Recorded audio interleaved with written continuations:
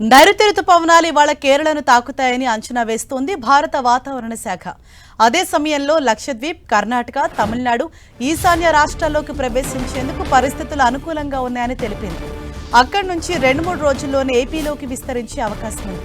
వీటి ప్రభావంతో జూన్ 2వ వారం నుంచి రాష్ట్రంలో విస్తారంగా వర్షాలు కురుస్తాయని వాతావరణ నిపుణులు అంచనా వేస్తున్నారు.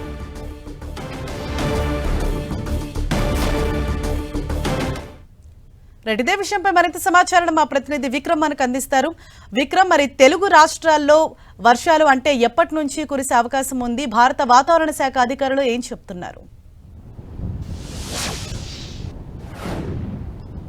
గత కొద్ది రోజులుగా తెలుగు రాష్ట్రాల్లో వర్షాలు కొన్ని చోట్ల మోస్తరు వర్షాలు, మరికొన్ని చోట్ల తేలికపాటి వర్షాలు కొనసాగుతూనే ఉన్నాయి. అయితే ఇటీవల కాలంలో కాస్త తగ్గుముఖం పెట్టినప్పటికీ కూడా కొన్ని ప్రాంతాల్లో అక్కడక్కడ వర్షాలు కురుస్తున్నటువంటి పరిస్థితులు నెలకొన్నాయి. అయితే ఇప్పుడు తాజాగా వాతావరణ శాఖ చెప్తున్నటువంటి పరిస్థితుల ప్రకారం చూసుకుంటే కనుక వర్షాలు విస్తారంగా కురిసే అవకాశాలు రానున్న 2-3 రోజుల నుంచి ఉండే అవకాశం ఉంటుంది. ఇటు బంగాళాఖాతంలో అల్పపీడనం ఏర్పడే అవకాశం ఉంది 2-3 రోజుల్లో. అది క్రమంగా కూడా బలపడి వాయుగుండంగా కూడా మారే అవకాశం ఉంటుందని వాతావరణ శాఖ అంచనా వేస్తుంది. ఇటు వాయుగుండం నెలకొంటుండడం, అటు బంగాళాఖాతంలో అత్యంత వాతావరణ పరిస్థితులు అనుకూలంగా ఉన్న నేపథ్యంలో ఋతుపవనాలు కూడా చురుగ్గా కోలుతున్నాయి. ఈరోజే కేరళను తాకే అవకాశం ఉన్నట్టు వాతావరణ శాఖ అంచనా వేస్తుంది. ఈ నేపథ్యంలో వాతావరణ పరిస్థితులన్నీ కూడా పూర్తి స్థాయిలో అనూహ్యంగా మార్పులు చోటు చేసుకోబోతూ ఉన్నాయి. ఇటు ఈశాన్య రాష్ట్రాలతో పాటుగా కూడా దక్షిణ భారతదేశం వైపు కూడా విస్తారంగా వర్షాలు కురిసే అవకాశం ఉంటుందని అంచనా వేస్తున్నారు. కేరళను తాకిన వారం రోజుల్లోనే ఆంధ్రప్రదేశ్కు ఋతుపవనాలు ప్రవేశించే అవకాశం ఉంటుంది. ఆంధ్రప్రదేశ్కి సంబంధించి తొలుత రాయలసీమ ప్రాంతానికి ఋతుపవనాలు ప్రవేశిస్తే ఆ తర్వాత రాష్ట్రమంతటా కూడా విస్తరించే అవకాశం ఉంటుందని వాతావరణ శాఖ అంచనా వేస్తుంది. ఇటు ఈ ఋతుపవనాలు మరోవైపు ఈ వాయుగుండం నెలకొంటున్న నేపథ్యంలో వాతావరణంలో ఉన్నటువంటి మార్పులు చోటు చేసుకోవడం కారణంగా కొన్ని చోట్ల మోస్తరు వర్షాలు, మరికొన్ని చోట్ల తేలికపాటి వర్షాలు కురిసే అవకాశం ఉంటుందని వాతావరణ శాఖ విశ్లేషిస్తుంది. దాంతోపాటు ఈరోజు అయితే వర్ష సూచన కోసం చూసుకుంటే వాతావరణ శాఖ ఇస్తున్నటువంటి అంచనాల ప్రకారం అటు అల్లూరు జిల్లా, మన్యం జిల్లాతో పాటుగా కూడా కోనసీమ, ఏలూరు, అదేవిధంగా కృష్ణా, గుంటూరు కొన్ని చోట్ల అక్కడక్కడ మోస్తరు వర్షాలు కురిసే అవకాశం ఉంటుందని అంచనా వేస్తున్నారు. రేపు కూడా ఇదే పరిస్థితి కొనసాగే అవకాశం ఉందని చెప్పి వాతావరణ శాఖ అంచనా వేస్తుంది. అయితే ఋతుపవనాలు ఇప్పుడు కూడా జూన్ మొదటి వారంలో 1-2 తేదీల్లో ప్రవేశిస్తాయి. అయితే ఈసారి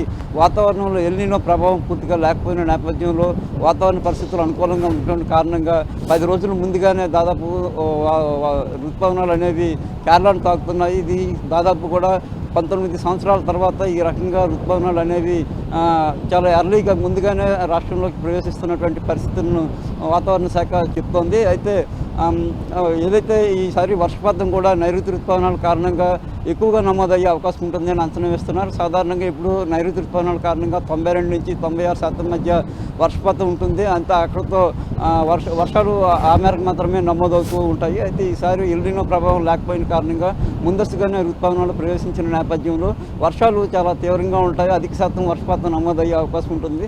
దాదాపు 102% వర్షపాతం ఈ ఏడాది ఋతుపవనాల ప్రభావం కారణంగా నమోదయ్యే అవకాశం ఉందని వాతావరణ శాఖ చాలా స్పష్టంగా అంచనా వేస్తున్న నేపథ్యంలో ఈసారి ఖచ్చితంగా ఈ నైరుతి ఋతుపవనాలు దేశంలోని రైతాంగానికి అంతటికీ కూడా చాలా హర్షణీయమైనటువంటి పరిస్థితులను తీసుకొచ్చే అవకాశం కనిపిస్తుంది.